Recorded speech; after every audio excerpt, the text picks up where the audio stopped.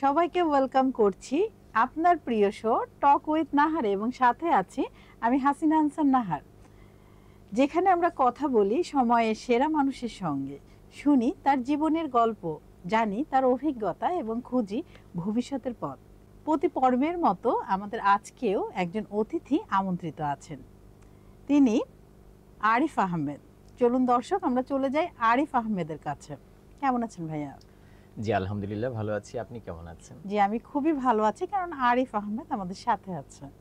জি আপনার শৈশবের দিনগুলো কেমন ছিল এবং মাদ্রাসা জীবন কিভাবে আপনাকে গড়ে তুলতে সাহায্য করেছে? প্রত্যেকটা মানুষের জীবনই হচ্ছে শৈশবকালটা হচ্ছে খুব স্মৃতিময় এবং মধুরময় হয়ে থাকে। আবার কোনো কোনো ক্ষেত্রে সেটা একটু ভিন্ন হয়। আমার শৈশবটা আসলে একটু ভিন্নভাবে কেটেছে। যেহেতু আমার এলাকাটা ছিল নদী বিধৌত এলাকা, যমুনার কোল ঘেঁষে বেড়ে উঠেছি আমি। আর আমার এলাকা থেকে প্রায় ৩ কিলোমিটার দূরে ছিল আমার মাদ্রাসাটি। আমাদের আসলে ওইরকম ওই সময় যানবাহন ছিল না, আমরা নদীর পার হয়ে হেঁটে হেঁটে সবাই মিলে হচ্ছে আমরা মাদ্রাসায় যেতাম।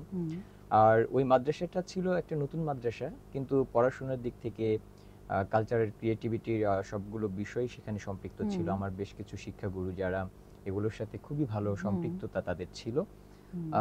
এভাবে হচ্ছে মূলত হচ্ছে আমরা চেষ্টা করেছি তাদের সান্নিধ্যে নিজেকে হচ্ছে গড়ে তোলার জন্য।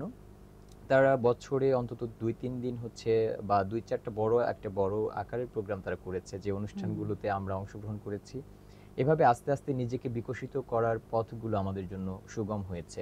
আর বিশেষ করে আরেকটা কথা না বললেই নয়, আমি যেহেতু ছোটবেলা থেকে ভালো শিক্ষার্থী ছিলাম, ফার্স্ট বয় ছাত্র ছিলাম, আমাদের প্রতি বছর যারা প্রথম, দ্বিতীয় এবং তৃতীয় স্থান অধিকার করতেন, আমাদের এই মাদ্রাসা আমাদের এই ৩ জনকে হচ্ছে তারা একটা অ্যাওয়ার্ড দিতেন।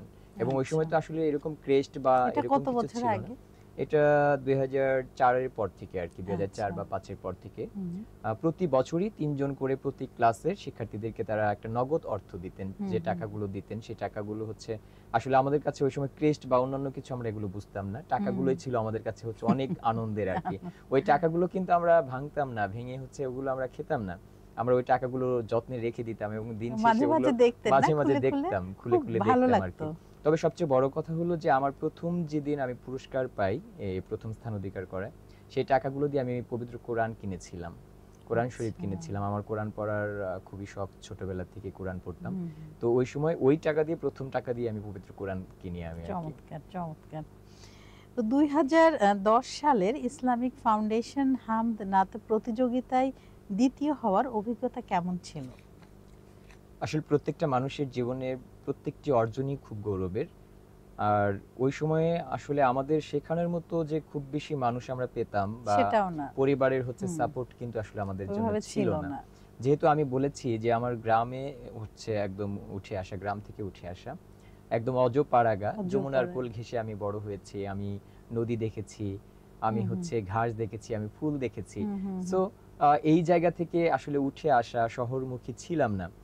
আর এরকম একটা প্রান্তিক পর্যায় থেকে শহরে গিয়ে হাজার হাজার শত শত হচ্ছে শিক্ষার্থীর সাথে প্রতিযোগিতা করে একটা পুরস্কার পাওয়া কতটা যে আনন্দের, এটা আসলে বলে আসলে বোঝানোর মতো ক্ষমতা আমার নেই।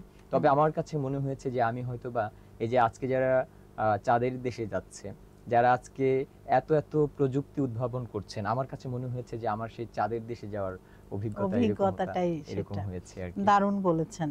আলোকিত মানুষ, আলোকিত পৃথিবী সংগঠন গঠনের পেছনে অনুপ্রেরণা কি ছিল? আসলে ছোটবেলা থেকে স্বপ্ন দেখতাম যে আমি যেটা পারিনি সেটা যেন আমার আগামী প্রজন্মকে আমি দিয়ে যেতে পারি। তো আমার এলাকায় আমি ছোটবেলা থেকে চেষ্টা করেছি, আমি যখন 9 বা 10 ক্লাস 10 পড়ি, তখন আমি চেষ্টা করেছি যে এরকম একটা সংগঠন যদি আমার এলাকায় আমি দাঁড় করাতে পারি, তো আমি যেগুলো পারিনি অন্তত এরকম একটা সংগঠনের মাধ্যমে তারা কিছু শিক্ষার্থী যদি এখান থেকে বের হয়ে যেতে পারে, তারা শিক্ষা, সংস্কৃতি, খেলাধুলা বা অন্যান্য ইভেন্ট যেগুলো রয়েছে সেগুলো থেকে তারা যদি কিছুটা অর্জন করতে পারে, তারা অন্তত মানুষের সামনে গিয়ে নিজেকে একটু প্রেজেন্টেশন করার মতো ক্ষমতা তাদের তৈরি হবে। আর আমরা যেহেতু এই সুযোগটা পাইনি, তো ওরা যেন এই সুযোগটা পায়, এই প্রেক্ষাপট থেকে আসলে মূলত আমি এই কাজগুলো করার চেষ্টা করেছি। এটা থেকে আলোকিত মানুষ এবং আলোকিত পৃথিবী সংগঠনটা আপনি গঠন করেছেন।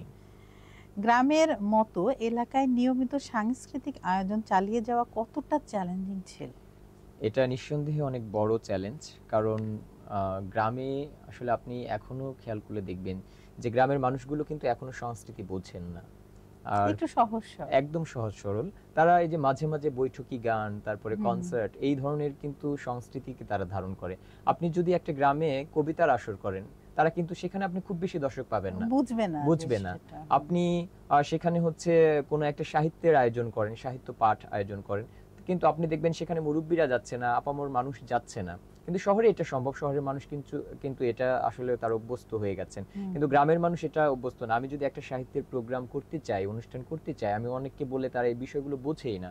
তবে আমি এ পর্যন্ত প্রায় 4টি অনুষ্ঠান করেছি, যে 4টি অনুষ্ঠানে আমি আমার এলাকার মুক্তিযোদ্ধা যারা আছেন, কৃতি শিক্ষার্থী যারা আছেন, যারা বিভিন্ন ইভেন্টে ভালো করেছে, পরীক্ষায় যারা ভালো করে, আমি তাদের কিন্তু প্রতি বছরই হচ্ছে পুরস্কার দিয়ে থাকি। এটা সম্মাননা। হ্যাঁ, সম্মাননা দিয়ে থাকি। এটা কিন্তু আমি কারো কাছ থেকে 5 টাকাও কিন্তু কখনো নিই না। সম্পূর্ণ নিজের। সম্পূর্ণ হচ্ছে আমি নিজের কাছ থেকে আমি খরচ করি, এবং এটা আমি বছরব্যাপী হচ্ছে আমি 500 টাকা, 200 টাকা, 100 টাকা প্রতি মাসেই হচ্ছে আমি এটা জমাই। আলাদাভাবে হ্যাঁ, রাখেন। আলাদা আমি রাখি। এটা আমি সম্পূর্ণ হচ্ছে ব্যয় করি হচ্ছে আমার এই সংগঠনের জন্য, এবং যারা এখান থেকে সম্মাননা পাবেন তাদেরকে আমি কিছুটা হলেও সম্মান করতে পেরে আমি তখন নিজেই সম্মানিত হয়ে যাই বাহ, আসলে। চমৎকার। দর্শক, এরকম মনোভাব যদি আমাদের সবারই থাকে তাহলে কিন্তু অনেক সুন্দর হয়ে যাবে আমাদের এই দেশটা। কি সুন্দর চিন্তা ভাবনা ওনার, যে প্রতি মাসেই কিন্তু উনি ওনার যে উপার্জন থাকে সেখান থেকে 500-1000 উনি রাখছে, এবং বছর শেষে কিন্তু তিনি সেখানে এরকম 4টা অনুষ্ঠান করছে। সো আমরা চাইলে নিজেরাও কিন্তু এ ধরনের উদ্যোগ নিতে পারি, আমরা আমাদের এলাকাকে প্রমোট করতে পারি, এবং এলাকায় যে কৃতি সন্তানেরা আছে উনি যেভাবে করছে তাদেরকেও কিন্তু সম্মাননাটা দিতেই পারি। আর তারা তো আসলে এটার হকদার, তাই না? জি, অবশ্যই। প্রতিটি এলাকায় অবশ্যই। দেখবেন কিছু ব্রিলিয়ান্ট মানুষ আছে। মানুষ আছে। হ্যাঁ, কিছু ক্ষমতা আল্লাহ পাক দেয়, কিছু থাকে একটু আধ্যাত্মিক ক্ষমতা, আবার জি, নিজের চেষ্টা। গড গিফটেড হ্যাঁ, যেটা। গড গিফটেড যেটা আমরা বলি। তো তাদেরকে যদি সেভাবে আমরা প্রমোট করি, তাদেরকে দেখে আরো কিন্তু মানুষ অনেকে উদ্বুদ্ধ উৎসাহিত হবে, হবে। হ্যাঁ। আরো বলবে যে ও ও এমন না, আমি এবার আরো ভালো রেজাল্ট করে দেখাবো, আমি অবশ্যই। এই কাজটা আরো ভালো করব। জি। এটাতে কিন্তু আরো মেধাবীর মুখ বের হয়ে বের আসে। হয়ে আসবে। এভাবে আমরা কিন্তু আমাদের অঞ্চলগুলোকে প্রমোট প্রমোট করতে করতে পারি। পারি, অবশ্যই। তো পাবলিক ভার্সিটিতে সুযোগ পেয়েও আপনি কেন জাতীয় বিশ্ববিদ্যালয়ের বাংলা বিভাগ বেছে নিলেন? আসলে এটা একটু ব্যাখ্যা করেই বলতে হয়। হুম। কারণ আমি পড়েছিলাম, সম্ভবত তখন 8ম শ্রেণীতে পড়ি, বাংলা সাহিত্যের আদি নিদর্শন চর্যাপদ। এখানে আমি এটি পড়তে গিয়ে আমার বেশ ভালো লেগে যায়। আমি আমি ছোটবেলা থেকে বই পড়তে পছন্দ করি। আমি জসীমউদ্দিনের নকশিকাঁথার মাঠ পড়েছিলাম। আবার আছে হচ্ছে আপনার জারি, সারি, পুঁথি সাহিত্য যেগুলো, এগুলো কেমন যেন পড়লেই আমার খুব মনের থেকে একটা প্রশান্তি লাভ করেছে, বা সবসময় করতো আর কি। তো আমার ইচ্ছে ছিল যে আমি যদি ভবিষ্যতে পড়াশোনা করি, যদি আল্লাহ পাক আমাকে পড়াশোনা করায়, তাহলে হচ্ছে আমি অবশ্যই হচ্ছে বাংলা এই সাবজেক্টটাকেই বেছে নেব, এই বিষয়টাকেই বেছে নেব। কিন্তু পরবর্তীতে আমি অনেক চেষ্টা করি, অনেক পাবলিক বিশ্ববিদ্যালয়ে পরীক্ষা দিই, কিন্তু আসলে আমার বাংলা সাবজেক্টটা আসলে আসে না। মানে অন্যান্য সাবজেক্ট আসে, কিন্তু বাংলাটা আসে না। আমি মাইগ্রেশন করেছি, তারপরেও আসেনি। তারপরে আমি চট্টগ্রাম বিশ্ববিদ্যালয়ে যখন পরীক্ষা দিই সর্বশেষ, তখন সেখানে হচ্ছে আমার সাবজেক্ট আসলো, কিন্তু বাংলাটা আসলো না। পরবর্তীতে আমি সেগুলো ভর্তি হতে গিয়ে আমার মনটা আসলে মানলো না, মন চায়নি। তো আমি অনেকের সাথে বললাম, আমার যারা শিক্ষাগুরু রয়েছেন, আমার যারা শিক্ষক ছিলেন, আমি তাদেরকে বলেছি যে স্যার এরকম একটা বিষয়, আসলে কি করব আমি। বললো যে তোমার মনের বিরুদ্ধে গিয়ে তুমি কখনো কিছু করো না। তো আমি বললাম যে ঠিক আছে, তাহলে আমি বাংলাতেই পড়বো। তো এইভাবে আসলে বাংলাটাকে বেছে নিলাম। আর বাংলার জন্য দেখেন, আপনি পৃথিবীতে দেখেন কয়টা জাতি আপনি বের করতে পারবেন। একমাত্র জাতি আমরা যারা হচ্ছে ভাষার জন্য প্রাণ দিতে পারি। আর এত মধুর ডাক, এই যে মাকে মা বলে ডাকা, বাবাকে বাবা বলে ডাকা, কত সুন্দর বৈচিত্র্য আমার এই ভাষাটা। এই ভাষার আসলে এই টান থেকেই, মনের টান থেকে আসলে বাংলা নিয়ে পড়াশোনা করা আসলে আপনার ভালোবাসা থেকে, ভালোবাসা থেকে এটা আসলে করা। পেরেছি। সাদত কলেজের ডিবেটিং ক্লাব ও শিল্পলোকের নেতৃত্বে সবচেয়ে বড় জেলা, সবচেয়ে অর্জন কি মনে করেন আপনি? আমার সবচেয়ে বড় অর্জন সেটি হচ্ছে যে আমার নেতৃত্ব দান, যে বিষয়টি, সেটি আমি শিখেছি সরকারি সাদত কলেজ থেকে। আমি যখন বাংলা বিষয়ে ভর্তি হওয়ার পরেই আমি সম্পৃক্ত হয়ে যাই আমার শিল্পলোক এবং ডিবেট ক্লাবের সাথে। তো আল্লাহ পাকের ইচ্ছা এবং সবার ভালোবাসায় আমার চেষ্টা, সবকিছু মিলিয়ে ১ বছর যেতে না যেতেই আমি সরকারি সাদত কলেজে হচ্ছে ডিবেট ক্লাবের প্রেসিডেন্ট হয়ে যাই এবং আমাদের কলেজে কিন্তু প্রায় ২৮,০০০-এর উপরে হচ্ছে শিক্ষার্থী। সেখানে তাদের মাঝে কাজ করতে গিয়ে আমাকে নানা প্রতিবন্ধকতা সহ্য করতে হয়েছে, মানুষের কথা শুনতে হয়েছে, কখনো কখনো নিজে ভেবেছি যে না আমি আর এগুলো করবই না, তারপরেও দেখেছি যে না আসলে এটা না করেও আবার আমি থাকতে পারবো না। তো এই যে চ্যালেঞ্জিং ব্যাপারের মধ্য দিয়ে আমাকে হচ্ছে উঠে আসা বা এই যে নেতৃত্ব দান বা শিক্ষকদের হচ্ছে পরামর্শ সবকিছু মিলিয়ে আমি মনে করি যে সাদত কলেজ আমাকে অনেক কিছু দিয়েছে। আমাদের প্রত্যেক বছর একটা সাংস্কৃতিক প্রতিযোগিতা হয় ৭ দিন ব্যাপী। সেখানে বাংলা সাহিত্যের, বাংলার লোকজ সংস্কৃতির অনেক বিষয়গুলো থাকে, অনেকগুলো ইভেন্টের উপরে সেখানে প্রতিযোগিতা হয়। তো একবার আমি রানার্স আপ হয়েছিলাম।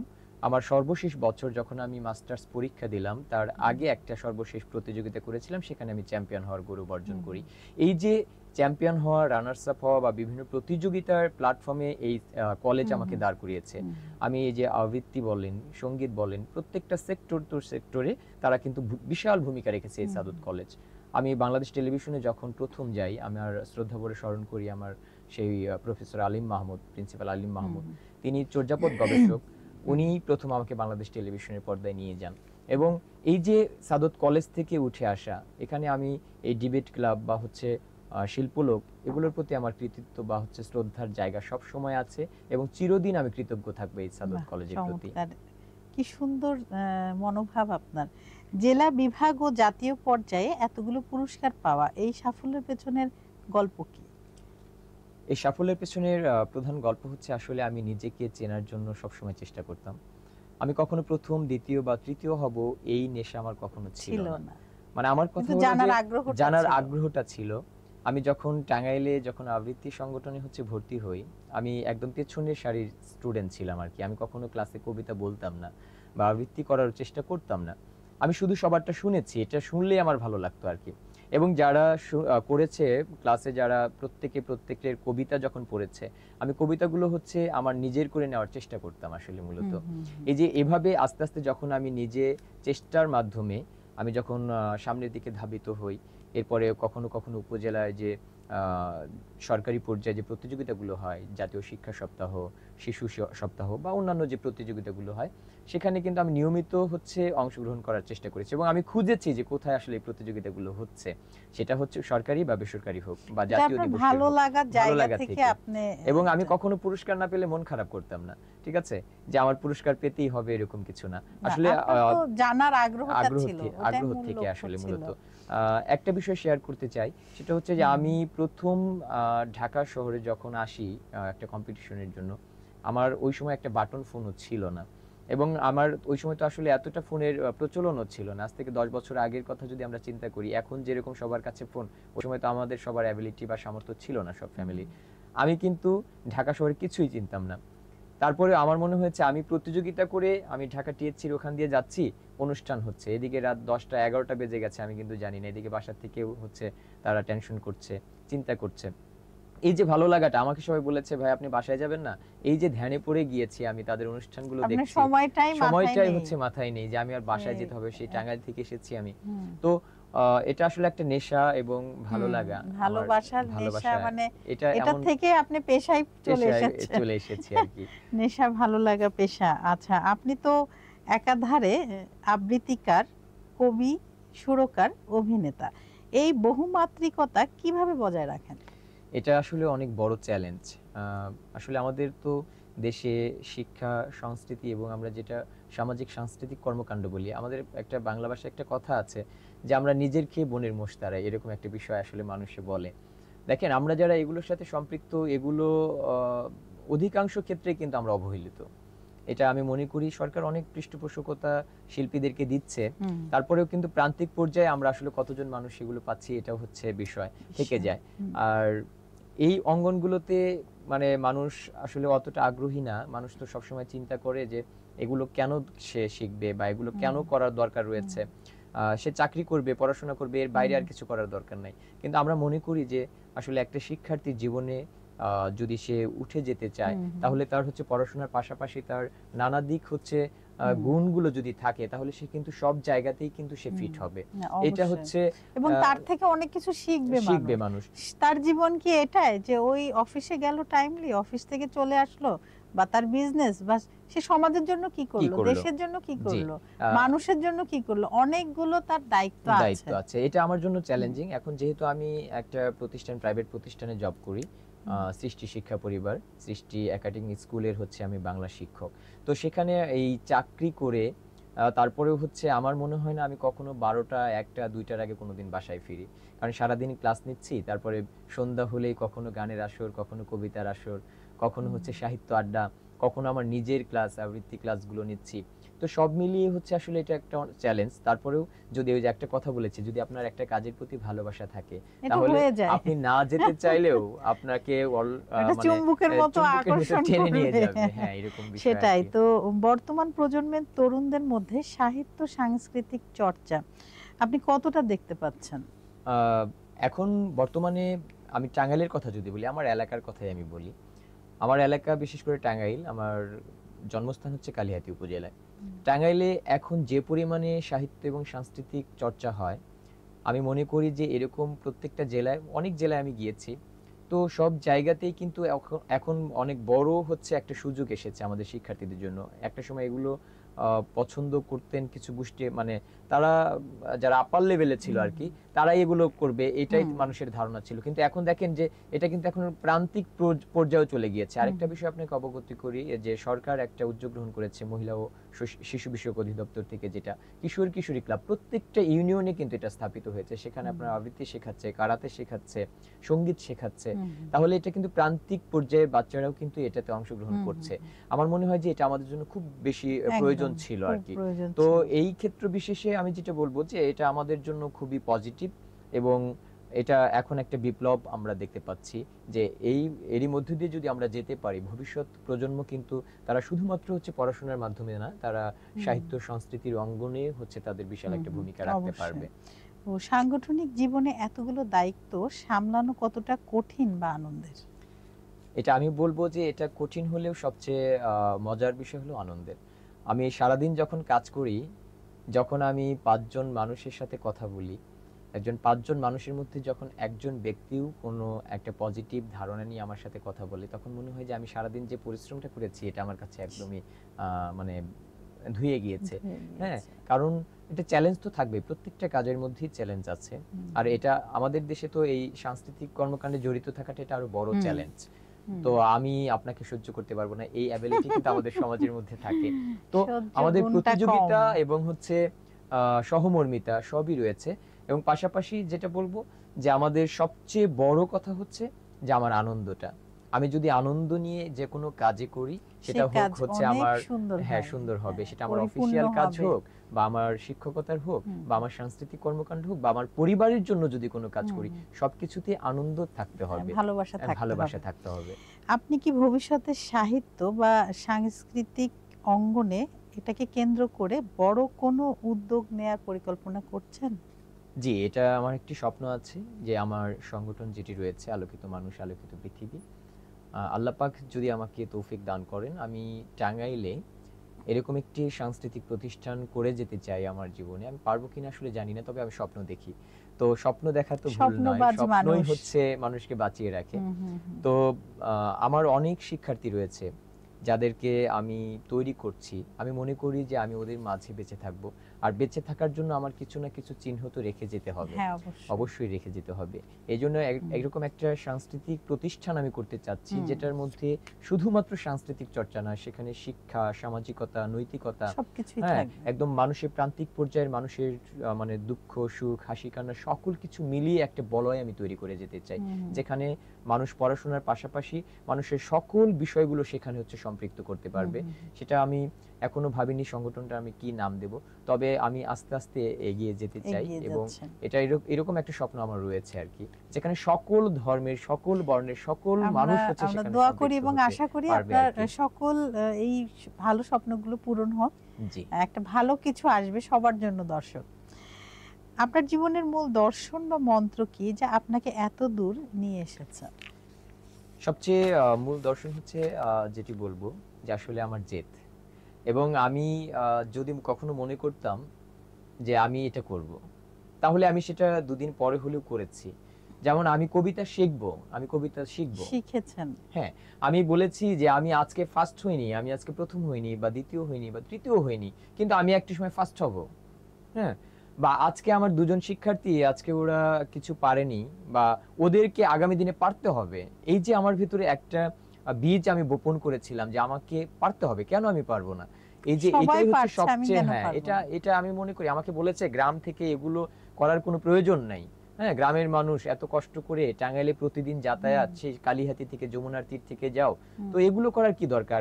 কলেজ ছুটি হয় তোমার 12টায় বা 1টায় বা 2টায়, তুমি তো চলে আসলেই পারো। তুমি রাত 10টা 11টা 12টা দিন মানে প্রতিদিন আসছো, তো এগুলো করার দরকার নেই বাবা, তুমি এগুলো ছেড়ে দাও। আমি বলেছি যে দেখেন, কাউকে না কাউকে তো এগুলো করতে হবে। হ্যাঁ, তো কারো মধ্যে হয়তো বা আমি একজন। তো আমার মূল দর্শনটা ছিল আসলে মূলত হচ্ছে আমার নিজের একটা জেদ ছিল যে না, আমাকে এটা করতে হবে। আর আরেকটি বিষয় হলো সেটা হচ্ছে আমার স্বপ্ন। আমি স্বপ্ন, যে একটু আগেই আপনি বলেছেন যে আসলে স্বপ্ন হচ্ছে দেখতে হয়। আমি যদি স্বপ্নই না দেখি তাহলে আমার লক্ষ্যে আমি তো আসলে পৌঁছাতে পারবো না। আরিফ ভাই আসলে দারুণ স্বপ্নবাজ একজন মানুষ, সেটা তো আপনারা কথাতেই বুঝলেন। আর ওই যে উনার ইচ্ছা শক্তিটা ছিল, উনার কিন্তু বাধা অনেক এসেছে এবং নেগেটিভ কমেন্টও এসেছে, যেটা উনি বললেন। কিন্তু উনি ওই যে স্বপ্নবাজ মানুষ, ইচ্ছা শক্তি প্রবল। তো আমরাও যদি এরকম নিজেদের মধ্যে এই জেদ, এই ধরনের ভালো কাজের জেদ যদি আমরা লালন পালন করি, তাহলে একদিন আমরাও কিন্তু আমাদের কাজে আরিফ ভাইয়ের মতো সফল হতে পারবো। অজপাড়াগা একদম প্রত্যন্ত অঞ্চল থেকে ভাইয়া উঠে এসেছেন, কিন্তু তিনি আজকে জাতীয় পুরস্কার পেয়েছেন 4বার। 4বার পাওয়া এত সহজ না। তো নিশ্চয়ই এখানে ওনার অনেক ধৈর্য ছিল, সহনশীলতা ছিল, ভালোবাসা ছিল, ভালো জেদ ছিল এবং ওই যে ইচ্ছা শক্তি ছিল। আর উনি তো স্বপ্ন দেখেন, স্বপ্নবাদ মানুষ।